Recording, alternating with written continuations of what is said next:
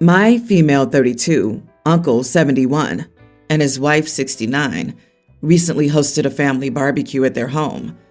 This is normally a rotating thing, so everyone in the family takes turns hosting.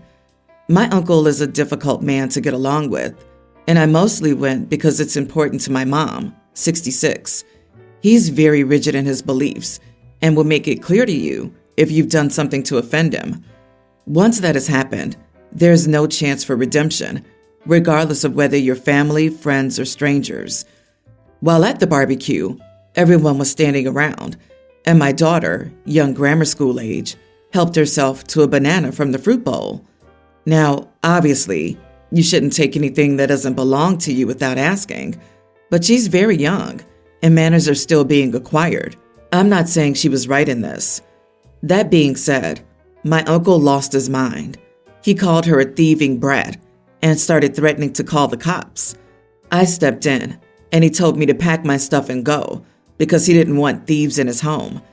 He told me that neither myself, my daughter, nor my husband, 33, would ever be welcome again because, clearly, this was a taught behavior. I was furious. I told my uncle that this intolerance was why he had no friends and why we only visited his home out of obligation. I told him that without my mom's family values, there wouldn't be anyone at the barbecue. In the middle of this, he pulled out his phone to call Mr. Police and asked how a little girl would survive in prison. My daughter was beside herself, so I gathered her and my husband, and we left.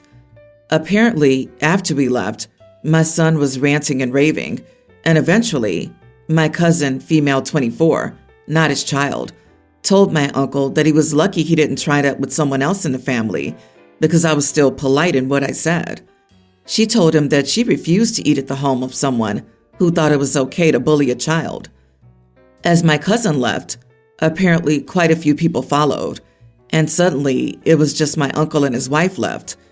His wife has been calling me, telling me that I humiliated him in his own home and that I can't expect his generation to be politically correct. She's also told me that he's been moping ever since because he feels like an outcast in the family and that I shouldn't have been so harsh. I am glad I stood up for my daughter, but I never intended for anyone to leave due to the banana. Now I wonder if I was too much. Was I the idiot for causing a mass exodus from my uncle's barbecue? Was your uncle high? Did he shout at a child for taking a banana? What? And then threaten to call the cops? No, you're not in the wrong. And I honestly think you need to cut him out of your life, along with your aunt. Not only did he threaten to call the cops, but if I'm reading it right, they actually pretended to do so. Accusing a young child of being a thief for having a banana at a relative's house is absurd. I'm sorry your daughter had this experience. That is not okay. Also, I don't see how being politically correct has anything to do with this. He blew up at your kid for nothing. The fact that all those people left proves that they all felt as you had, but didn't have the nerve to speak up before. And they all confirmed you were not too harsh. Your daughter ate a banana from a fruit bowl served out to guests at a family barbecue. Now, when I host a picnic, I do not expect my guests to ask permission to eat the food. As a matter of fact, I'd be mortified if they did. I have no idea what's wrong with your uncle, but he's gonna die a lonely old man unless he gets his head out of his rear end. You did not cause a mass exodus from the barbecue. Your inhospitable, hostile uncle did that all by himself. Kudos to you for remaining gracious and polite despite his vicious attack on your child. And shame on your aunt for trying to normalize his nastiness. Oh, how I wish he'd actually called the cops. I'm willing to bet OP would have been able to hear the cops howling through the other end. I'm trying to pin grand theft banana on a grammar schooler. I really hope the family refers to this event as the Great Banana Heist of the Year from here on out. I, nearly adult male, went to the doctor a week ago for my yearly checkup. I'm 178 centimeters, 5'10", and have been since I was about 15. That's remained unchanged. But last year, I was 61 kilograms, 135 pounds, and this year, I'm 77 kilograms, 170 pounds. This is because for the past year, I've been going to the gym almost every day, eating accordingly, higher volume of food, high protein content, etc., sleeping better, and thus have gained a lot of weight from muscle mass. While at my doctor's appointment, my doctor said that it wasn't good that I had gained 16 kilograms in a year, that it could be a warning sign of obesity I should watch out for, and that I should cut back on junk food.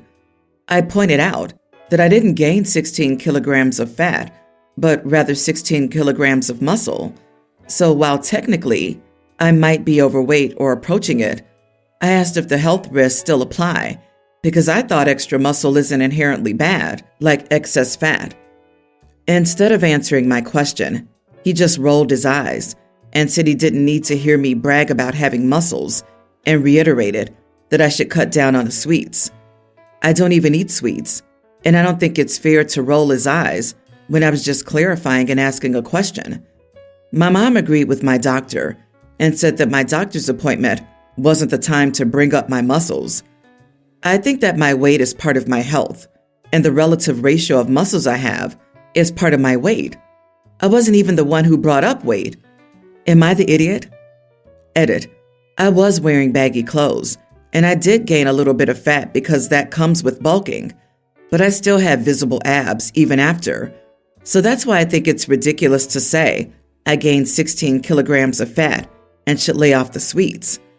To be fair, if he wanted proof, I would have been willing to take off my shirt and show him, but that just would have been seen as more bragging. Not the idiot. It's commonly known that BMI can be inaccurate for those with large muscle mass. The doctor just wasn't listening to what you were saying at all. He just looked at the numbers and didn't care. And you're not even technically overweight. I'm not a doctor, but I served in the Army, and your age and weight are still below the maximum weight limit before a BMI test. The doctor probably often hears that excuse, so he thinks you're BSing. However, that's no excuse for that kind of insulting and dismissive behavior. What kind of moron is your doctor? Are you sure he has a medical degree? Putting on muscle mass and putting on fat are not the same thing at all. And at your age, putting on some extra muscle is pretty normal. Partly you've been working out and deliberately trying to build muscle, and partly you're still going through puberty. You are the idiot because you're full of it, OP. You aren't giving us the full story. Your doctor can obviously see if you were a lean, shredded 170 pounds. Your doctor isn't a moron, and no doctor uses BMI in the way you're suggesting. It's one fairly weak metric that can be calculated with basic info everybody has without visiting a doctor. Source: I'm married to a doctor who rolled her eyes at this obvious fantasy story. We're both 24 and have been together for 3 months. Lately, we've started to spend more time in my apartment as it's closer to both of our workplaces, and my boyfriend has been on my case about buying things for my place since the beginning. First, he said, we should buy a rug for the bedroom because he doesn't like wearing slippers and the floor is cold in the mornings. I told him he was welcome to bring a rug for his side. He didn't. Then he got annoyed that I don't have a hairdryer and he always needs to bring his own. I have very short hair, so I never needed one, and I told him I'm not going to buy one that I'm not going to use. Then he started hinting that I should get a humidifier because the dry air hurts his throat. I didn't even acknowledge that one. The last one was the coffee maker I didn't have because I don't drink coffee. He drinks a lot, so I relented on that one, but I bought a pretty cheap one, which is not good enough. And he said he might as well pour boiling water over a filter with a kettle. He has a crazy expensive machine at his place. He says it should be basic decency to want to make your guests feel more at home, especially your partner. While I agree to some extent, I really can't afford to buy stuff I'm never going to use, especially since we're still very much at the beginning of our relationship and we don't technically live together. Now I'm the idiot because I clearly don't take our relationship seriously enough if I'm not willing to invest in it financially. Am I the idiot here? Not the idiot. He's nesting, but at your expense? Sounds like you've given him the opportunity to bring his own things, and he hasn't. So why is he even staying at your place if nothing is good enough? Let's say you buy him a carpet, an expensive coffee maker, a salon hairdryer, and a humidifier. What's next? Next up, he takes those things home with him because he likes them better, or he loves that OP bought them for him and he should be able to take his belongings wherever he wants. OP, honestly, I think I'd be thinking of cutting this guy loose. Demanding someone you've known for 3 months purchase items for their home for your use? Nope. I didn't get past the have been together for 3 months. Heck no. That's your place, baby girl. Do not share spaces and items in the home unless both names are on the lease. Before you know it, he'll be trying to move in and claim space rent-free. Also, there's absolutely nothing wrong with pouring boiling water over a filter for coffee. It's how my house has always made it. Does he actually have an apartment? I doubt the other place was even his. It wouldn't be crazy if he bounced around, demanding potential roommates by his wish list for his comfort. He's waving a big bright red flag, OP. Pay close attention. My friend, 19, and I, 20, had planned a month-long trip to Vietnam and Thailand. We had just finished our Thailand part of the trip and were packing to leave for Vietnam. Our flight was in a couple of hours. While packing, she realized she had lost her passport. For context, she's been fairly careless this trip, with her bank card being blocked because she didn't tell her bank she was leaving the country, and losing her phone by leaving it around our hostel. When she learned she had lost her passport, she immediately called her brother and avoided and ignored my questions because she was stressed. I asked her if we should look up how to get an emergency passport, and she said no, she was too stressed, and her brother would find out what to do. The whole time she avoided me by walking into different rooms and giving one-word replies. So I decided I would be no help by staying at the hotel, and our flight was in an hour, so I would just go to Vietnam. I had already booked and paid for my whole trip in advance, and I didn't want to lose the money. I also felt like I was getting in the way and was confused about what was happening. At the time, she was fine with my decision to leave, hugging me goodbye and telling me she'd miss me. However, when I landed, I got a text from our mutual friend that she was really mad at me and was telling everyone I abandoned her in a different country. When I asked her about this, she said that now that she had some time to think about this, she thinks I'm an idiot for leaving, and if the situation was reversed, she would have stayed. She said I should have offered to stay, and she shouldn't have had to ask. Our friends said they understand both sides, but my family says I'm in the right, as I shouldn't waste my trip and money. Edit. If this was her first emergency, I would have shown more empathy. It had become more of a pattern than anything. I was there and figured out how to get her phone and a new SIM card, and I lent her a lot of money when her card got blocked, until her brother could send her money. Paid for things in advance for her because she had to wait for her brother to transfer. Booked flights for her because she accidentally booked the wrong one, which cost us money. And the key to my argument was that she wasn't communicating with me. She was freely talking to her brother and laughing. She says she does this when stressed. While we're good friends, her emergencies can't always be an emergency for me. We're British, and the closest embassy to us would have been Bangkok, 15 hours away from where we were. She planned on traveling there and then chilling on the islands. Also, for everyone worrying over my friend, she's currently out clubbing, so I think she'll be fine in a foreign country alone. Everyone's the idiot here. It is absolutely on your friend to keep track of their possessions. Her losing her passport and not communicating with you about the follow-up steps absolutely makes her an idiot. On the other hand, you and your friends were on vacation together in a foreign country that's presumably far away.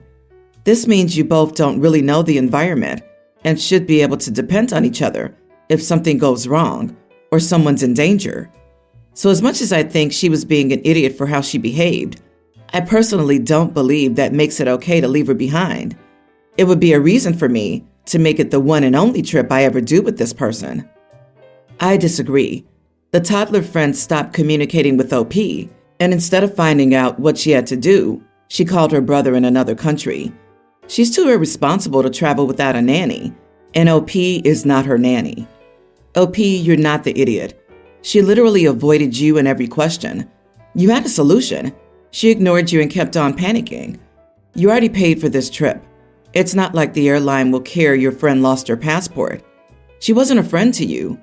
A friend wouldn't cause constant setbacks on a trip. She wants a babysitter.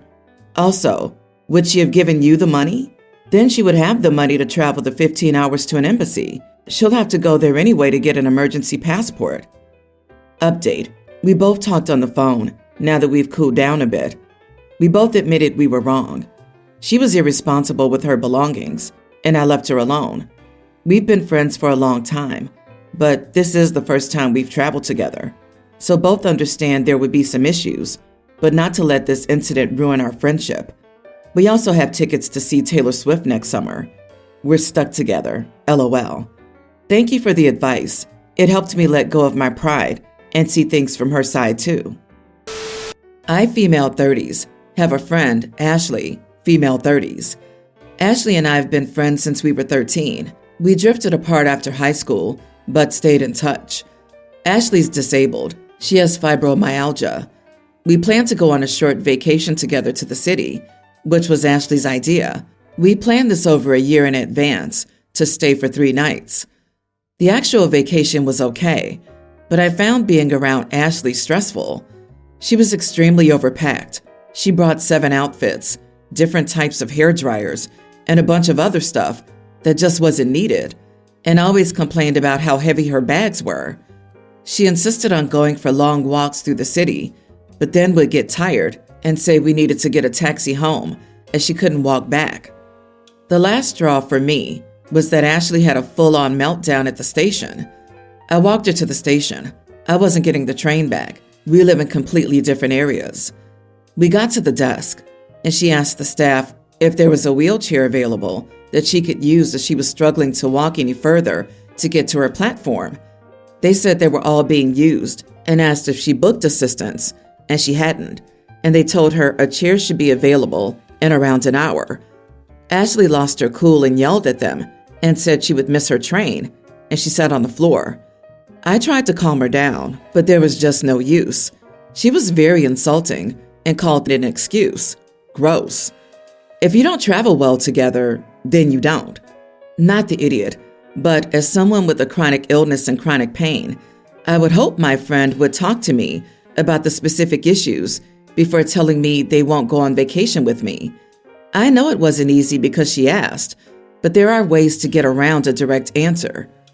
For now, please send her a letter or email that lets her know how much you value her friendship and that what you said is not because of her disability. No, this is absolutely ridiculous. I have what can technically be classed as a physical disability, and no matter the pain, exhaustion, fear, or whatever's going on that day, I've never used it as an excuse, like her trash friend did. Nasty. It's not because you're disabled. You're disorganized. Those are different things. You aren't being an ableist. You're choosing not to vacation with someone who was not properly prepared for the trip and who caused a scene after not making the necessary reservations. It has nothing to do with their illness. I wouldn't go again either.